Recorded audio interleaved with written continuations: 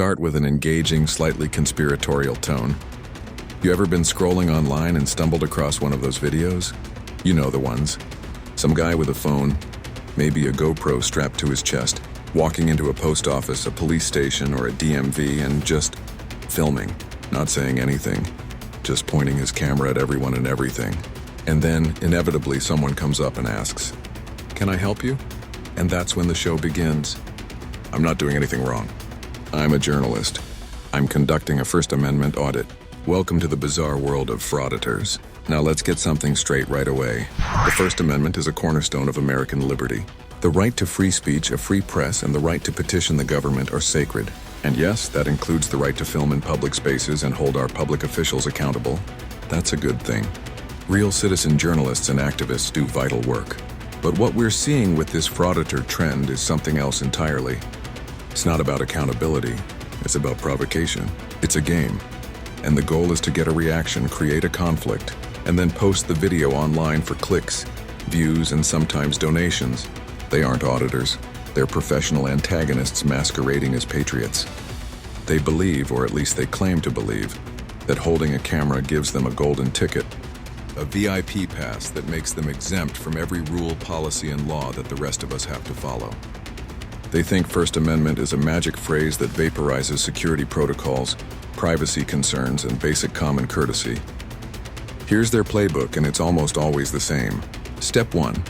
Enter a public building, often a sensitive one like a courthouse or a government benefits office. Step 2.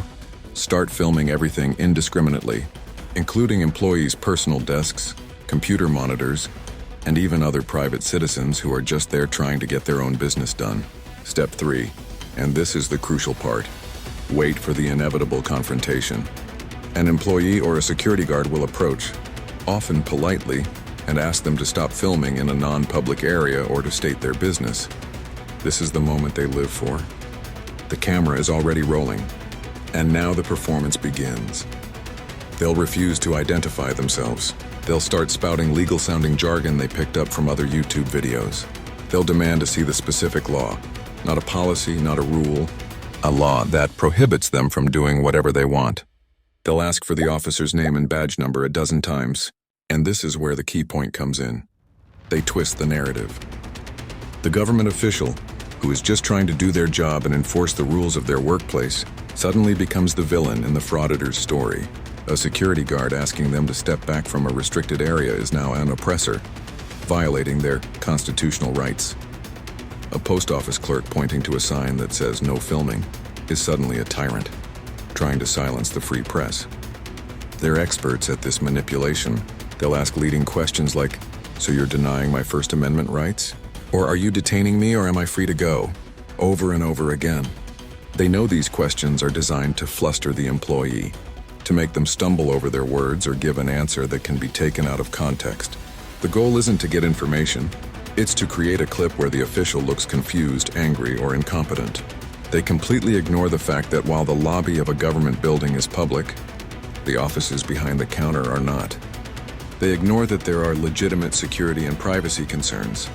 Imagine you're at the Social Security office discussing sensitive personal information, and some random person shoves a camera in your face. Do you feel like your rights are being protected then? This isn't journalism. This isn't activism.